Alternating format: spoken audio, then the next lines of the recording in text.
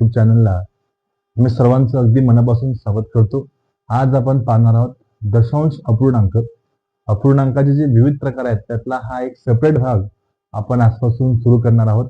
दशांश अपूर्णांक म्हणजे काय, त्याच्या ज्या बेसिक गोष्टी आहेत त्या सर्व बेसिक गोष्टी आजपासून आपण अभ्यासणार आहोत.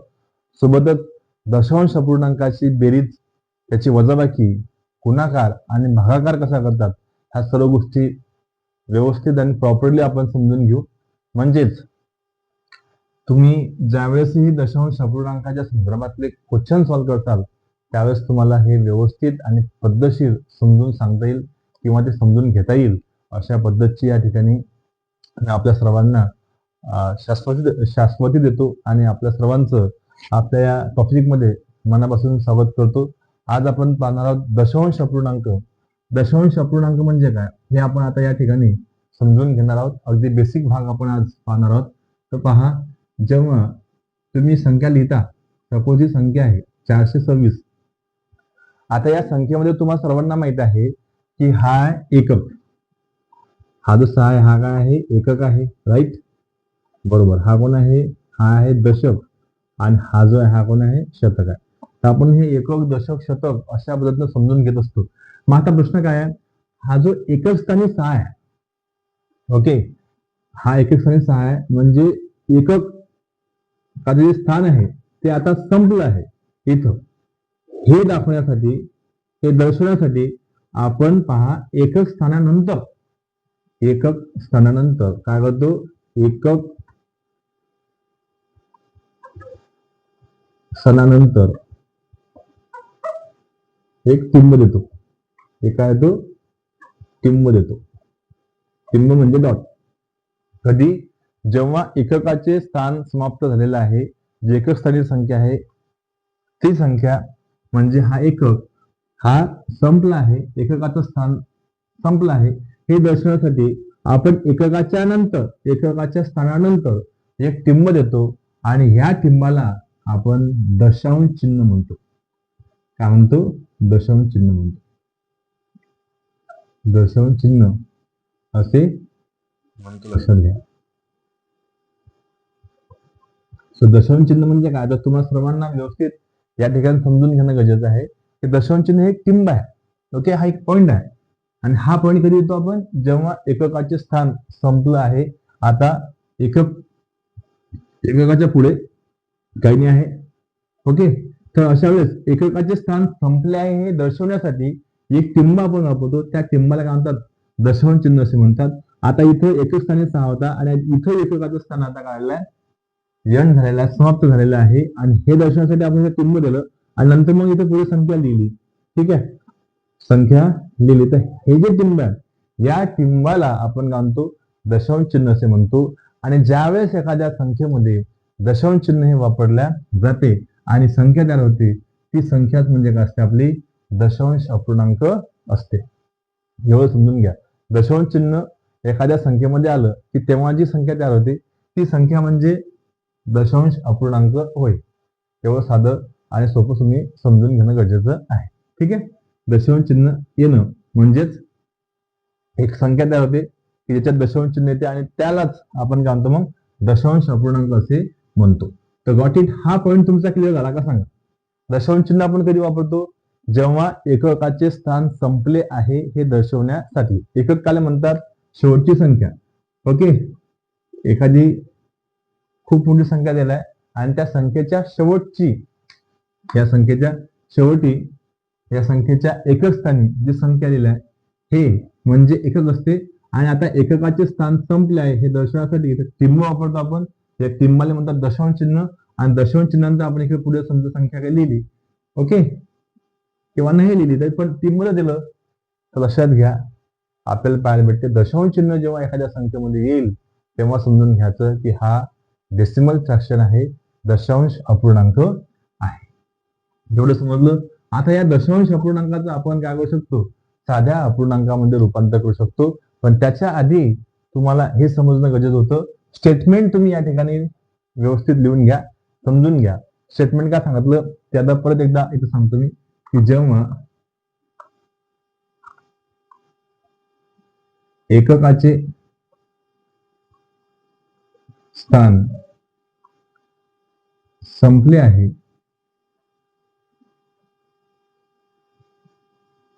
हे दर्शविण्यासाठी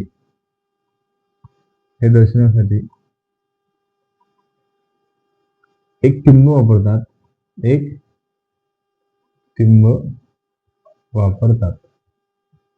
टिंब म्हणजे डॉट.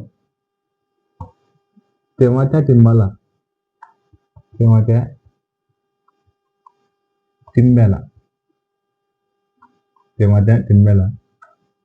दशांश चिन्ह असं म्हणतात. दशांश चिन्ह असे म्हणतात. आणि जेव्हा दशांश चिन्ह येईल एखाद्या संख्येमध्ये, दशांश चिन्हाचा वापर जेव्हा एखाद्या संख्येमध्ये होते, तेव्हा ती संख्या दशांश अपूर्णांक असं त्या संख्येला आपण म्हणतो. ठीक आहे, एवढं क्लिअर झालं का सांगा. चला, हा एक पहिला पॉईंट तुमचा व्यवस्थित समजून घेणं गरजेचं आहे. अगदी बेसिक पॉईंट आपण आज समजून घेऊ दशांश अपूर्णांकाचे. त्यातला हा पहिला पॉईंट, एकक स्थानच्या संख्येचं ही संख्या होती आणि या संख्येमध्ये एकक स्थानी जो आहे तो एकक, त्याचं स्थान आता संपलं आहे आणि हे दर्शनासाठी त्याच्या पुढे काय करतो आपण, दर्शनासाठी एक टिंब वापरतो. हे टिंब वापरलं, या टिंबाला काय म्हणतात, दशांश चिन्ह असे म्हणतात, डेसिमल पॉइंट असे म्हणतात. आणि या डेसिमल पॉइंटचा उपयोग जेव्हा एखाद्या संख्येमध्ये होते तर तेव्हा त्या संख्येला आपण काय म्हणतो, दशांश अपूर्णांक असे म्हणतो. एवढं तुमचं क्लिअर या ठिकाणी पॉइंट क्लिअर झाला पाहिजे, कट टू कट तुमच्या लक्षात आलं पाहिजे. ठीक आहे, हा झाला आपला first and most important topic की दशांश अपूर्णांक हा कधी येतो. ठीक आहे, पुढे आपण लक्षात घेऊ. आता समजा मी एक संख्या घेतली 528.724. आता तुम्हाला पाहायला भेटायला की इथे पॉईंट आहे म्हणजे डेसिमल पॉईंट आहे. डेसिमल पॉईंट आहे म्हणजे हा काय आहे, दशांश अपूर्णांक आहे. आता हे जे टिंब आहे, हे टिंब लक्षात घ्या नीट. या टिंब्याच्या एकडच्या साईडच्या जे अंक आहेत ते उजवीकडचे अंक आहेत असं आपण समजतो. उजवीकडे डेसिमल पॉईंटच्या तिकडच्या, आणि या डेसिमल पॉईंटच्या इकडची संख्या आहेत त्यांना आपण म्हणतो काय, डावीकडे. ठीक आहे, उजवीकडे आणि डावीकडे कन्सेप्ट समजला पाहिजे. डेसिमल पॉईंटच्या इकडच्या साईडनं ज्याही संख्या असतील त्यांना उजवीकडील संख्या असं आपण म्हणू, आणि डेसिमल पॉईंटच्या इकडच्या ज्या संख्या असतील त्यांना आपण डावीकडील संख्या असे म्हणणार आहोत. ठीक आहे, ओके. मग आता तुम्हाला म्हटलं उजवीकडची पहिली संख्या कोणती आहे, तर उजवीकडची पहिली संख्या 7 आहे. उजवीकडची दुसरी संख्या कोणती आहे, तर ते 2 आहे. आणि उजवीकडची तिसरी संख्या कोणती आहे, तर ते 4 आहे. ठीक आहे, डावीकडची पहिली संख्या कोणती आहे, 8. डावीकडची दुसरी संख्या कोणती आहे, 2. आणि डावीकडची तिसरी संख्या कोणती आहे, तर ते 5. Right, okay. एवढं समजलं पाहिजे तुम्हाला. मग डावीकडची जी पहिली संख्या आहे हे 8, याला आपण एकक म्हणतो. याला काय म्हणतो आपण, एकक. डावीकडची जी डेसिमल पॉईंटच्या डावीकडची जी दुसरी संख्या आहे त्याला आपण दशक म्हणतो. त्याला आपण काय म्हणतो, दशक. तिसरी जी संख्या आहे त्या तिसऱ्या संख्येला आपण काय म्हणतो, शतक असं म्हणतो. काय म्हणतो, शतक. मग पुढे चालू 1000, 10,000 असं. ठीक आहे, आता या डेसिमल पॉईंटच्या तिकडच्या साईडनं जी पहिली संख्या असते 7, त्याला म्हणतो आपण दशांश. काय म्हणतो आपण त्याला, दशांश. पहिली संख्या डेसिमल पॉईंटच्या दशांश चिन्हाच्या उजवीकडची पहिली संख्या, डेसिमल पॉईंटच्या उजवीकडची पहिली संख्या होती 7, त्याला आपण काय म्हणायचं, दशांश असं म्हणतात. काय म्हणतात, दशांश असं म्हणतात. जी दुसरी संख्या होती डेसिमल पॉईंटच्या उजवीकडची जी दुसरी संख्या आहे त्याला आपण शतांश असं म्हणतो. काय म्हणतो, शतांश असं म्हणतो. डेसिमल पॉईंटच्या उजवीकडची तिसरी जी संख्या होती त्याला आपण सहस्त्रांश असं म्हणतो. ओके, चौथी संख्या असेल तर दशसहस्त्रांश असं म्हणू. ओके, दशसहस्त्रांश असं म्हणणार आहात. मग चाललं तिकडे पुढे. ठीक आहे, दशांश, शतांश, सहस्त्रांश, दशसहस्त्रांश. नंतर समजा आता या 4 नंतर आणखी एक पुढे संख्या असते 6 असते सपोज, तर मग या 6ला आपण काय म्हटलं असतं, दश सहस्त्रांश असं म्हटलं असतं. मग पुढे लक्षांश, दशलक्षांश असं हे पुढे आलं असतं, मग ते चालू पुढे. जसं आपण इकडे एकक, दशक, शतक, हजार म्हणजे सहस्त्र, 10,000 आहे की नाही, लाख किंवा लक्ष, दशलक्ष असं म्हणतो, तर तसं हे इकडे हा पॉईंट असतो, हे आपल्याला समजलं पाहिजे. ठीक आहे. तर मी कन्सेप्ट काय सांगत तुम्हाला दुसरा, की डेसिमल पॉईंटच्या उजवीकडच्या संख्या कोणत्या पकडायच्या. डेसिमल पॉईंट आहे, डेसिमल पॉईंटच्या उजवीकडच्या ह्या संख्या असतात आणि डेसिमल पॉईंटच्या डावीकडच्या ह्या संख्या असतात. टिंब जे आहे त्या टिंबाच्या उजवीकडच्या ह्या संख्या, डावीकडच्या ह्या संख्या. उजवीकडच्या ज्या संख्या आहेत त्यांना आपण कसं वाचायचं, पहिली संख्या असेल त्याला दशांश, दुसरी असेल त्याला शतांश, तिसरी असेल त्याला सहस्त्रांश, चौथी असेल त्याला दशसहस्त्रांश असं आपण त्याला म्हणतो. आणि डेसिमल पॉईंटच्या डावीकडे ज्या संख्या असतात त्यातली पहिली संख्या एकक, दुसरी संख्या दशक, तिसरी संख्या शतक असं करत करत आपण पुढे जात असतो. मग इकडच्या सर्व गोष्टी माहिती आहेत म्हणून आपण इथपर्यंत झालोय. आता याच्या पुढे लक्षात घ्या, हा दशांश म्हणजे काय होते, तर दशांश म्हणजे 7/10. 7/काय 10 दशांश. ठीक आहे. हा 2ला आपण काय म्हटलं शतांश. शतांश म्हणजे काय, तर 2/100. ओके. सहस्त्रांश म्हणजे काय, 4/1000. आणि दशसहस्त्रांश म्हणजे काय, तर 6/10,000. ओके. असा तो कन्सेप्ट आहे. म्हणून तुम्हाला लक्षात आलं पाहिजे की उजवीकडच्या संख्येना नावं काय आहेत आणि त्याचा मिनिंग काय नेमका. जसं की 7 म्हणजे काय, दशांश. मग दशांश म्हणजे काय रे भाऊ, तर दशांश म्हणजे 7/10. जी संख्या असेल त्या संख्येला भागीला 10 असणे. शतांश म्हणजे काय, जी संख्या दिलेली असेल त्या संख्येच्या भागीला 100 असणे म्हणजे काय, शतांश आहे. सहस्त्रांश म्हणजे काय, दिलेली संख्या असेल त्या दिलेल्या संख्येच्या छेदस्थानी म्हणजे भागिले किती असणार, 1000 असतील तर तेव्हा आपण त्याला म्हणतो सहस्त्रांश असं म्हटलं जाते. तसंच पुढे आपण दशसहस्त्रांश असं म्हणतो. ठीक आहे. तर एवढ्या गोष्टी तुम्हाला या ठिकाणी क्लिअर कट झाल्या पाहिजेत. कळलं. ओके. आणखी हे असंच का केलं, त्याच्या मागचं कारण तुम्हाला समजलं पाहिजे की हे टिंब्याच्या जवळच्या एक जोड सोडून, टिंब्याच्या जवळची आहे डायरेक्टली, टिंब्याची एक जोड सोडून दुसऱ्या नंबरची 2 आहे संख्या, टिंब्याच्या जवळची 3 घरं म्हणजे 4 होते आणि 6 टिंब्या जवळ किती 4 घरं दूर आहे म्हणून त्याला आपण म्हणतो सहस्त्रांश असं म्हणतो. 4 घरं दूर आहे म्हणून 4 झिरो टाकले. टिंब्यापासून 3 झिरो दूर आहे म्हणून एकावर 3 झिरो टाकले. टिंब्यापासून 2 झिरो दूर आहे म्हणून त्याला काय केलं आहे, तर त्याला आपण डिवाइड बाय 100 केलं म्हणजे एकावर 2 शून्य टाकले आणि टिंब्यापासून जवळ आहे तर त्याच्यावर 1 झिरो टाकलेला असतो. असा त्याचा मिनिंग आहे. म्हणून एवढं तुम्ही फक्त लक्षात ठेवा की उजवीकडच्या संख्यांना आपण काय नाव दिलेले आहेत आणि डावीकडच्या संख्यांना आपण काय नाव दिलेले आहेत. ठीक आहे. ओके. एवढं क्लिअर समजलं की अडचण आहे ह्याच्यात.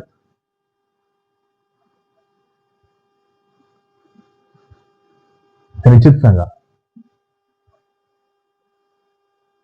त्यानंतर आपण दशांश अपूर्णांकातला जो तिसरा भाग आहे तो आपण व्यवस्थित समजून घेऊ. तिसरी बेसिक गोष्ट आपण लक्षात घेणार आहोत. 2 गोष्टी तुम्हाला समजल्या असतील. तिसरी पहा, सपोज एखादी डेसिमल पॉईंटच्या संदर्भातील संख्या आहे 0.5 असेल किंवा 0.05 असेल किंवा 0.005 असेल. ठीक आहे. तर दशांश चिन्हाच्या उजवीकडे किती संख्या आहेत त्या मोजायच्या. उजवीकडे इथं एक संख्या आहे, इथे किती संख्या आहेत, 2 आहेत, इथे किती आहेत, 3 आहेत. बरोबर आहे. तिन्ही जर तुम्ही उदाहरणं पाहिले तर आपल्या लक्षात येईल की हे दशांश अपूर्णांक आहेत आणि आता आपण या दशांश चिन्हाच्या उजवीकडे ज्या संख्या आहेत त्या संख्येला आपण फोकस करू आलो सध्या. ठीक आहे. आता उजवीकडे एक संख्या असेल तर ती संख्या घेऊन छेदस्थानी 1 घ्यायचा आणि त्याच्यावर 1 झिरो द्यायचा. उजवीकडे जर 2 संख्या असतील, 2 म्हणजे 2 घर असतील तर जे काही संख्या असेल ती संख्या घ्यायची. आता इथे 0.5 आहे म्हणजे मी 5च घेतो. ठीक आहे. पण उजवीकडे या टिंबानंतर 2 घर आहेत, आहे की नाही, 2 स्थळ आहेत. घर म्हणजे स्थळ आहे तिथून 0 आणि 5, तर म्हणून 1 घेऊन त्याच्यावर 2 झिरो द्यायचे आणि या टिंब्यानंतर इथे तुम्हाला 3 घरं पाहायला भेटतात, 1 2 3. तर वरची जी संख्या आहे ती संख्या घ्यायची, त्याचा छेद 1 घ्यायचा आणि 1 घेतल्यानंतर इथे 3 घरं होते म्हणून त्या एकावर 3 शून्य द्यायची. आता याच्यामुळे काय झालं तर या दशांश अपूर्णांकाचं साध्या अपूर्णांकात रूपांतर झालं. दशांश अपूर्णांकाचे साध्या अपूर्णांकात रूपांतर करत असताना कसं केलं तर हे या ठिकाणी आपल्याला समजलं पाहिजे. काय केलं, काहीच नाही, आपण संख्या पाहिली, जे काही संख्या असेल त्याच्यात काय केलं, तिथं आपल्याला काय पाहायला भेटलं, दशांश चिन्ह पाहायला भेटलं. दशांश चिन्हाच्या इकडून एक संख्या आहे. ओके, तर काय केलं आपण, ती संख्या घेऊन त्याचा छेद 1 घेतला आणि त्याच्यावर 1 शून्य टाकला, कारण की डेसिमल पॉईंटच्या इकडून एक घर होतं म्हणून. जर 2 घरं असतील तर एकावर 2 शून्य द्यायचे. ओके, आणि छेद तयार करायचा. ओके, जर दशांश चिन्हाच्या इकडून 3 घरं असतील तर त्याच्या 1 घेऊन त्याच्यावर 3 शून्य टाकायचे आणि आपला छेद तयार करायचा. अशा पद्धतीने आपल्याला इथे हे कंडिशन पाहायला भेटतात आणि हे दशांश अपूर्णांकाचं रूपांतर काय होते, साध्या अपूर्णांकामध्ये होते. एक तुम्ही करून पाहा, 0.6 आहे, 0.63 आहे आणि 0.645 आहे. ठीक आहे, आता याला आपण साध्या अपूर्णांकामध्ये रूपांतरित कसं करू तर हे तुम्हाला इथं मी समजून सांगतो. पहा, डेसिमल पॉईंट हा आपला, याच्याकडे उजवी साईडला जायचं. उजवी साईड आहे, उजव्या साईडला इथे एक घर आहे, इथे 2 घर आहेत, 6 3, इथे 3 घर आहेत, 6 4 5 दिसते ना. तर मी काय सांगितलं, जेवढे घर असतील तेवढे शून्य घ्यायचे, छेदस्थानी 1 घ्यायचा, त्याच्यावर इथे एक घर आहे म्हणून 1 शून्य दिला, संख्या लिहून घ्यायची, 63 घेतली. डेसिमल पॉईंटच्या तिकडची संख्या घ्यायची, 63 होती. डेसिमल पॉईंटच्या इकडून त्या दशांश चिन्हाचे एकूण 2 घर आहेत म्हणून आपण काय केलं, एकावर 2 शून्य देऊन टाकले. ठीक आहे, डेसिमल पॉईंटच्या एकूण जी संख्या होती ती संख्या घेतली, छेदस्थानी 1 लिहिला आणि याच्यावर पाहिले किती घर आहेत, डेसिमल पॉईंटच्या उजवीकडे 3 घर आहेत, 1 2 आणि 3, ते एकावर 3 शून्य देऊन टाकले. अशा पद्धतीनं आपण काय केलं, दशांश अपूर्णांकाचं साध्या अपूर्णांकामध्ये काय केलेलं आहे, रूपांतर केलं. हा होता दशांश अपूर्णांक आणि हा झाला आपला साधा अपूर्णांक, ज्याच्या छेदस्थानी आपल्याला काय पाहायला भेटले, 10 किंवा 100 किंवा 1000 ह्या गोष्टी पाहायला भेटतात. ठीक आहे, तर अशा पद्धतीनं हा आपला तिसरा बेसिक पॉईंट या ठिकाणी आपण क्लिअर केला की जो तुम्हाला चांगल्या पद्धतीनं समजला असेल. ठीक आहे, दशांश अपूर्णांकाचं साध्या अपूर्णांकात रूपांतर करत असताना उजवीकडे घरं मोजायची, जेवढे घर असतील तेवढे शून्य एकवर देत राहायचं आणि छेद तयार करायचा. आपला दशांश अपूर्णांक कन्वर्ट होईल काच्यामध्ये, साध्या अपूर्णांकामध्ये. ठीक आहे, काय अडचण याच्यात?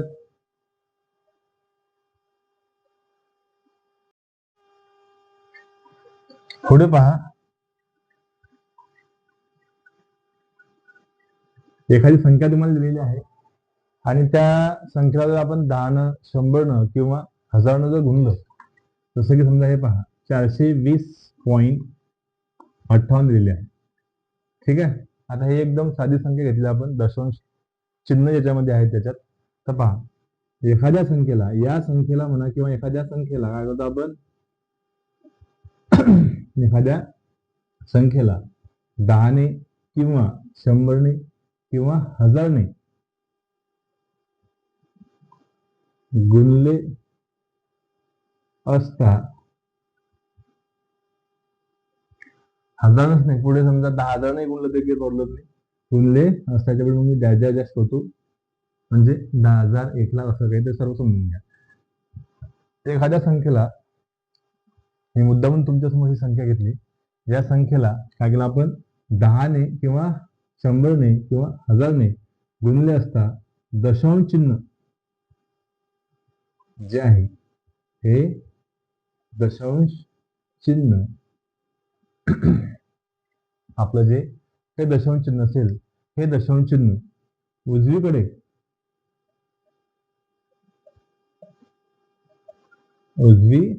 कडे अनुक्रमे 1, 2, 3 डॅश डॅश घरे म्हणजे स्थळ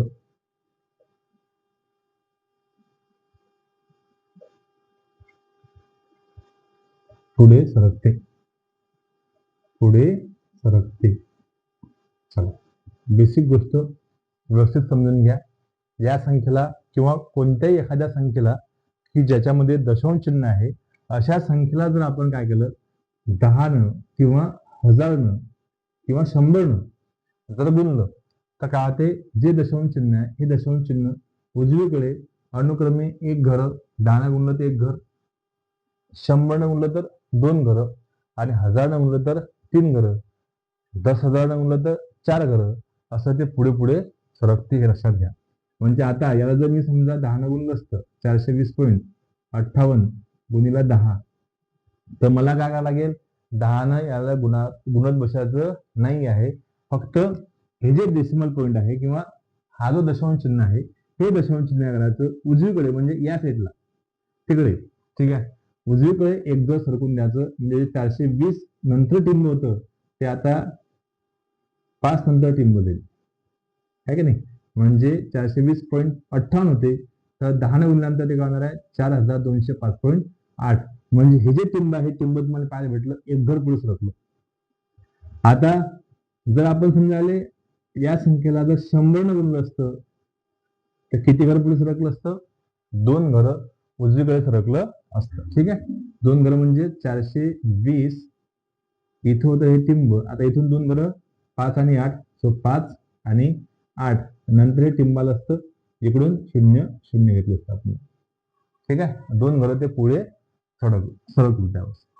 आता जर समजा आपण याला काय केलं 1000 जर गुणलं असतं, काय 1000 जर गुणलं असतं तर हे जे संख्या आहे या संख्येमध्ये असणारा जे डेसिमल पॉईंट आहे हा डेसिमल पॉईंट 3 घरं पुढे सरकला असतात. मग तुमच्या लक्षात येईल या ठिकाणी किंवा 3 घरं नाही आहेत, इथे 2 घर फक्त 5 आणि 8. मग तिसरं घर कोणतं घ्यायचं, तर अशा वेळेस तिसरं घर हे 0 घ्यावं लागते. आणि मग आपल्याला पाहायला भेटते एक घर पुढे सरकले, इथून 5 8 घेतला, 2 घर सरकले आणि 3 घर म्हणजे 0. नंतर हा तर टिंब आलं असतं. म्हणजे डेसिमल पॉईंट इथं आला असता, दशांश चिन्ह इथं आलं असतं. ओके, सो म्हणून 10 100 आणि 1000 गुणणं म्हणजे काय, तर दशांश चिन्ह उजवीकडे 1 2 आणि 3 पुढे सरकवणं असते. हा एक बेसिक पॉईंट. आणखी त्या दशांश अपूर्णांकामध्ये बेरीज वजाबाकी गुणाकार भागाकार करताना ह्या गोष्टी समजून घेणं गरजेच्या आहेत. आपण बेसिक गोष्टी पाहत आहोत ज्या तुम्हाला व्यवस्थित समजून घ्यायच्या आहेत.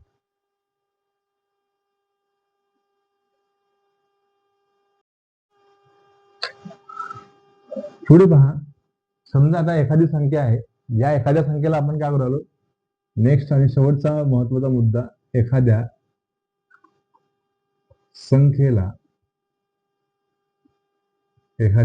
संख्येला 10 ने किंवा 100 ने किंवा 1000 ने आता काय केलं आपण भागले असता. ओके, भागू आलो,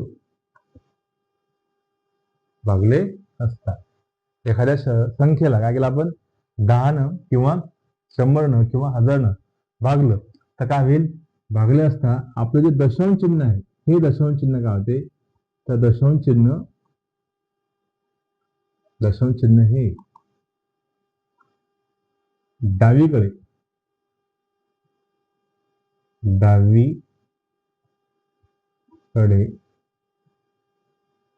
अनुक्रमे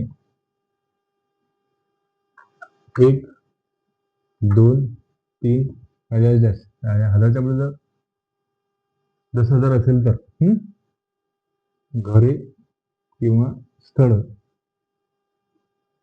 पुढे सरकते. पहा काय सांगितलं, एक संख्या आहे आणि त्या संख्येला तुम्ही आता 10 किंवा 100 किंवा 1000 काय केलं भागलं. जर आपण समजा एखाद्या संख्येला सपोज ही संख्या आहे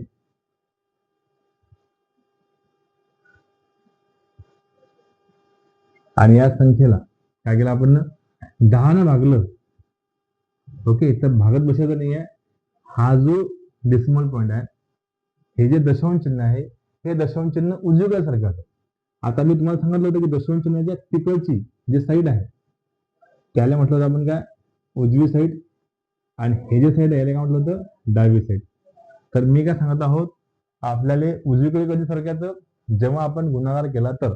आता इथं तुम्ही पाहत आहात की 10 100 किंवा 1000 काय केलं, भागलं. ओके, म्हणजे आपण त्याला डिवाइड करवलं.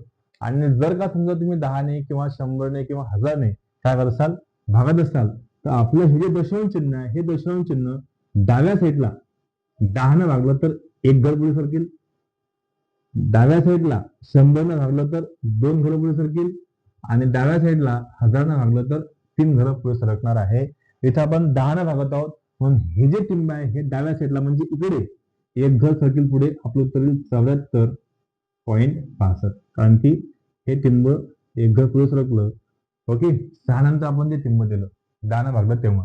ठीक आहे, जर त्याच संख्येला आपण काय केलं असतं, 100 भागलं असतं तर काय आलं असतं, मग 100 भागलं असतं तर हे जे दशांश चिन्ह आहे, हे दशांश चिन्ह आहे त्या ठिकाणाहून डावीकडे 2 घरं सरकलं असतं. आहे त्या ठिकाणाहून डावीकडे 2 घरं सरकलं असतं.